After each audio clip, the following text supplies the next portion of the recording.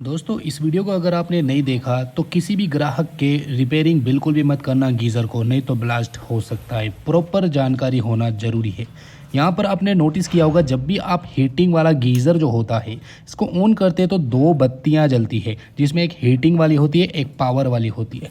और जब थोड़ी देर बाद पानी गर्म हो जाता है तो हीटिंग वाला एलिमेंट बंद हो जाता है और पावर चालू रहता है। और गीज़र जब खराब हो जाता है तो दोनों ही बत्तियाँ बंद हो जाती है। ये रीज़न पूरी वीडियो में दिखाएंगे। और हीटर एलिमेंट कैसे खराब होता है, जब गर्मी आ जाती है तो गर्मियों के अंदर या तो गीज़र का वॉल बंद कर देते हैं या फिर पानी उसका यूज़ नहीं लेते, तो पानी एक साल तक पड़ा रह जाता है। उस वजह से हीटर एलिमेंट में जंग आ जाता है और वह हीटर एलिमेंट अगले साल खराब हो जाता है, फिर चेंज करना पड़ता है। ये देख सकते हैं नया हीटर एलिमेंट मैं लेके आ गया हूँ। कुछ इस तरीके का है, 3 किलोवाट 1500 2000 इस तरह से अलग अलग रेंज के हिसाब से आते हैं। तो मैं इसकी प्रॉपर्ली वायरिंग और टेस्टिंग दिखाने वाला हूं और गीज़र के अंदर क्या क्या लगता है मैं सब कुछ दिखाने वाला हूं।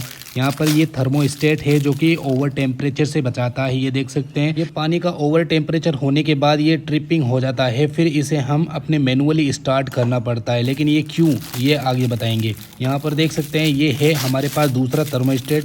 ये दो थर्मोस्टेट होते हैं। ये टेम्परेचर को मेंटेन करने वाला, यानी कि पानी के टेम्परेचर को मेंटेन करने वाला ये थर्मोस्टेट। इसके अंदर कोई रीसेट स्विच नहीं होता। ये टेम्परेचर को मेंटेन रखता है, जहाँ पे हमने चाहिए जितना टेम्परेचर हमें पानी का चाहिए हुआ ये सेटअप करता है। अब यहाँ पे दो इंडिकेटर है जो कि बहुत ज़रूरी है। मैंने शुरू में दिखाया गीज़र के अंदर दो इंडिकेटर होते हैं, तो इसके अंदर का प्रोसेस दिखाते हैं। तो यहाँ पे ये है टेम्परेचर मेंटेन करने वाला, यानी कि पानी के टेम्परेचर को मेंटेन रखता है।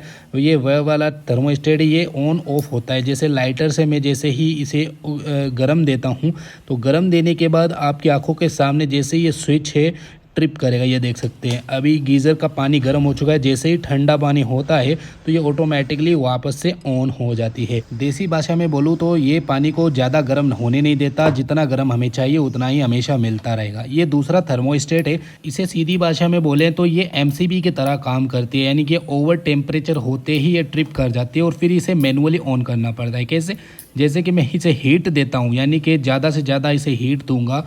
पहले के मुकाबले जो पहले वाला थर्मोस्टेट था उसमें 65 डिग्री पे ट्रिप करता था, ये 75 से 80 डिग्री सेंटीग्रेड पे वर्क करता है और ये एमसीबी की तरह ट्रिप हो जाता है। ये हमें इंडिकेट करता है कि आपका गीज़र ख़राब है, इलेक्ट्रिशियन को दिखाना चाहिए। तो इस तरीके से अब ये ट्रिप हो गया। ठंडा होने के बाद ये ऑटोमेटिक ऑन नहीं होगा, इसे हम मैनुअली ऑन करना पड़ता है। ये देख सकते हैं ये वाला स्विच यहाँ पे देखने को मिल रहा है, लेकिन इसे गलती से ऑन मत कीजिएगा, इलेक्ट्रिशियन को बुलाए बगैर। अब देखते हैं, समझते हैं वायरिंग किस तरह से की जाती है। तो ये देख सकते हैं ब्लैक कलर का वायर, ये न्यूट्रल है, ठीक है, न्यूट्रल है। तो न्यूट्रल के साथ में दो वायर के टुकड़े और लगाने। अब ये टुकड़े किस काम के लिए हैं तो मैं इसके बारे में आगे बताऊंगा। तो ये न्यूट्रल के साथ में जो हीटर का न्यूट्रल है उसके अंदर इसको कनेक्टिविटी दे दें कुछ इस तरीके से, ठीक है।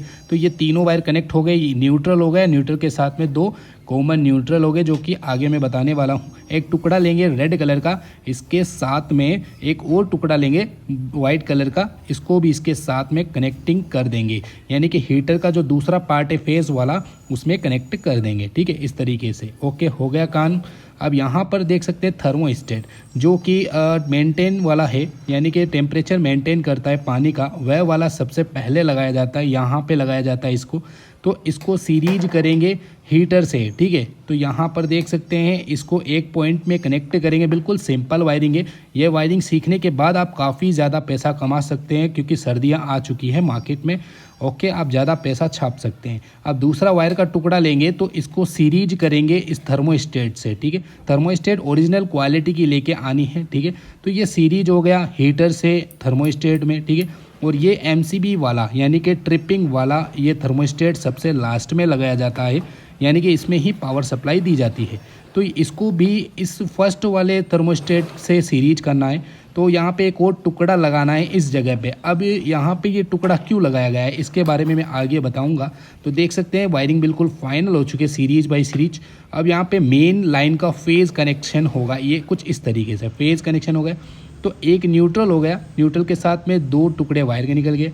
अब यहाँ पे हीटर का सीरीज करके दोनों थर्मोस्टेट में सीरीज होके ये इस तरीके से वर्क करेगा, ठीक है। तो यहाँ पर आपने समझ लिया वायरिंग। अब यहाँ पे इंडिकेट करेंगे, तो यहाँ पे जो मेन इंडिकेटर लगा रहा हूँ ये गीज़र का पावर इंडिकेटर इसे बोला जाता है। जैसे कि मैंने अब शुरू के अंदर आपको दिखाया पावर इंडिकेटर और हीटिंग इंडिकेटर। तो पावर इंडिकेटर के जो कनेक्शन है मैंने कर दिया और एक न्यूट्रल कनेक्शन कर दिया, ठीक है। ये पावर इंडिकेटर। अब यहाँ पे जो हीटिंग इंडिकेटर होता है ये हीटर से आया हुआ होता है फेज़ वायर, ठीक है। जो हीटर वर्क करेगा तो ये इंडिकेटर वर्क करेगा। इसका न्यूट्रल भी हम हीटर का जो न्यूट्रल है इसमें कनेक्ट कर देंगे। तो दोनों ही कनेक्शन कंप्लीट। यहाँ से न्यूट्रल आया, ये न्यूट्रल हीटर में भी जाता है, ये न्यूट्रल इस बल्ब में और इस बल्ब में, दोनों में न्यूट्रल जाता है। बस यहाँ पे न्यूट्रल खत्म हो जाता है, ठीक है। अब मेन फेज़ की बारी आती है। तो फेज़ यहाँ से होते हुए ट्रिपिंग वाले थर्मोस्टेट से सीरीज होते हुए यहाँ से बाहर निकल के दूसरे थर्मोस्टेट में कनेक्ट होता है। ये बल्ब में भी कनेक्ट हो रहा है, ठीक है। जब ट्रिप करेगा तो ये बल्ब भी वर्क करेगा और यहाँ से सीरीज होते हुए यहाँ पे गीज़र में यानी कि चला गया और इंडिकेटर में चला गया, ठीक है। इस तरह से वायरिंग वर्क करती है। अब यहाँ पे टेस्टिंग करेंगे तो पानी डालेंगे हम छोटे से मग्गे में, ठीक है। तो इसके अंदर अब हम हमारा जो सेटअप है जैसे कि मैंने बनाया है आपकी आंखों के सामने और किस तरह से ये वर्क करेगा और हम आपको सिखाएंगे कैसे वर्क कर रहा है, कैसे कैसे क्या काम होगा, कैसे प्रोटेक्शन गीज़र का होगा, ब्लास्ट क्यों नहीं होता। गाइस ये काम काफ़ी डेंजरस है। ये एजुकेशनल पर्पस के लिए वीडियो बनाई गई है, तो बिल्कुल भी ऐसा काम घर पर ट्राई बिल्कुल भी मत कीजिएगा, ठीक है, बड़ों की सलाह लिए बगैर। 2 इंडिकेटर, 2 थर्मोस्टेट और यहाँ पे एक हीटर है। तो अब किस तरह से इसको टेस्ट किया जाएगा, तो यहाँ पर आप देख सकते हैं ये कंप्लीट वर्क है, कंप्लीट वायरिंग है। इसको मैं जैसे ही ऑन करता हूँ दोनों इंडिकेटर चालू हो जाते हैं। जैसे कि हमारे गीज़र में 2 इंडिकेटर चालू हो रहे थे, पावर वाला और एक हीटर वाला, ठीक है। तो यहाँ पे अभी हीटिंग स्टार्ट हो चुकी है, पानी गर्म होना शुरू हो गया है। तो अभी मैं आपको थोड़ी देर के बाद में दिखाऊंगा कि क्या वाकई में ये वर्क कर रहा है। तो यहाँ पर देख सकते हैं दोनों इंडिकेटर वर्क कर रहे हैं। अगर आपको नज़र नहीं आ रहा होगा अच्छे तरीके से देख सकते हैं आप। जैसे ही पानी 65 डिग्री सेंटीग्रेड्स पे आएगा तो ऑटोमेटिकली ये इंडिकेटर यानी कि हमारा हीटर बंद हो जाता है। ये देख सकते हैं गाइज, हीटर बंद हो चुका है, 65 डिग्री सेंटीग्रेड वाटर हो चुका है। अब जैसे ही ये पानी ठंडा होता है यानी कि पानी थोड़ा सा भी ठंडा होता है 10-15 डिग्री सेंटीग्रेड्स, तो यहाँ पे पानी गर्म होना शुरू हो जाता है। तो गाइस हम इस थर्मोस्टेट को बाहर निकालेंगे जो परमानेंट टेम्परेचर को मैनेज करता है, ठीक है। तो इसको मैं बाहर निकालता हूँ। अब देखता हूँ ये दूसरा वाला थर्मोस्टेट क्या काम करता है। आपने एक तो समझ लिया ये परमानेंट टेम्परेचर को मेंटेन करता है, लेकिन ये दूसरा वाला क्या काम करेगा। जैसे ही मैं हीटर को चालू करता हूँ दोनों इंडिकेटर चालू हो जाते हैं। अब जैसे ही आप देख सकते हैं पानी गर्म होना शुरू हो जाता है कुछ इस तरीके से, ठीक है। तो पानी 65 डिग्री सेंटीग्रेड से ज़्यादा यानी कि ओवर हीट होगा तब यहाँ पर ये थर्मोस्टेट काम आएगा, ठीक है। यानी कि भाप बनने जितना जो पानी होता है ना, जिससे ब्लास्टिंग के चांसेस बढ़ते हैं, उस टेम्परेचर पे जा कर के ये ट्रिप होगा, ठीक है। तो यहाँ पर देख सकते हैं अभी ओवर हो रहा है। ये देख सकते हैं काफ़ी ज़्यादा पानी गर्म हो चुका है, भापें भी निकलना शुरू हो गई है। तो इस तरीके से जैसे ही पानी ज़्यादा से ज़्यादा टेम्परेचर में आ जाएगा तो उस कंडीशन में यहाँ हमारा जो थर्मोस्टेट है ये देख सकते हैं ओवर हो गया ना। अब देखो हमारा थर्मोस्टेट बिल्कुल ऑफ हो चुका है। इस कंडीशन में हमारे गीज़र की दोनों इंडिकेटर बंद हो जाते हैं और यहाँ पर देख सकते हैं हमारा गीज़र ख़राब हो गया है। मतलब इस इंडिकेटर दोनों इंडिकेटर बंद होने का मतलब ख़राब गीज़र हो गया। अब इलेक्ट्रिशियन को बुलाना पड़ेगा। इलेक्ट्रिशियन क्या करेगा, आके इसको ऑन कर देगा। गाइस बिल्कुल भी ऑन नहीं करना है किसी की ग्राहक के, क्योंकि हो सकता है इसके आगे मिस्टेक हो, क्योंकि दोनों इंडिकेटर बंद हो रहे हैं ना, मतलब आगे प्रॉब्लम है, हमारा थर्मोस्टेट ख़राब है आगे वाला, इसके आगे वाला। तो आपको ये ध्यान रखना है कभी भी इसको ऑन नहीं करना है, पहले आपको चेक करना है, ठीक है। ग्राहक के कहीं पे भी जाएंगे ना आप, तो पहले थर्मोस्टेट को चेक करना है, फिर आपको इसे चालू करना है, ठीक है। आप देख सकते हैं मैं दोबारा से इसको डालता हूँ, यानी कि इलेक्ट्रिशियन आ गया। अब इसको रिपेयरिंग कर दिया, यानी कि हमारी गीज़र को रिपेयरिंग कर दिया।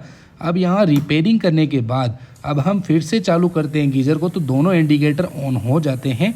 लेकिन अब ये समान रूप में काम करने लग गए। ये देख सकते हैं ज़्यादा ओवर हीट होने से पहले हमारा इंडिकेटर ऑफ हो गया है और हमारा थर्मोस्टेट वर्क कर रहा है। तो इस तरह से गीज़र काम करता है। तो उम्मीद है आपको समझ में आई। तो इस तरह से गीज़र काम करता है। ये देख सकते हैं हीटर इंडिकेटर, पावर इंडिकेटर जैसे ही ऑन करते हैं दोनों ही चालू हो जाते हैं। जब हमारा गीज़र का जो वाटर है वो काफ़ी हद तक गर्म हो जाता है 65 डिग्री सेंटीग्रेड्स पे, तो हमारा जो गीज़र है उसका एक इंडिकेटर बंद हो जाता है। ये देख सकते हैं ये वह हीटिंग वाला, पावर वाला नहीं होता है। अब पावर वाला कब बंद होगा, जब हमारा गीज़र अंदर से कोई प्रॉब्लम करने लग जाए। तो इलेक्ट्रिशियन को ज़रूर बुलाएं।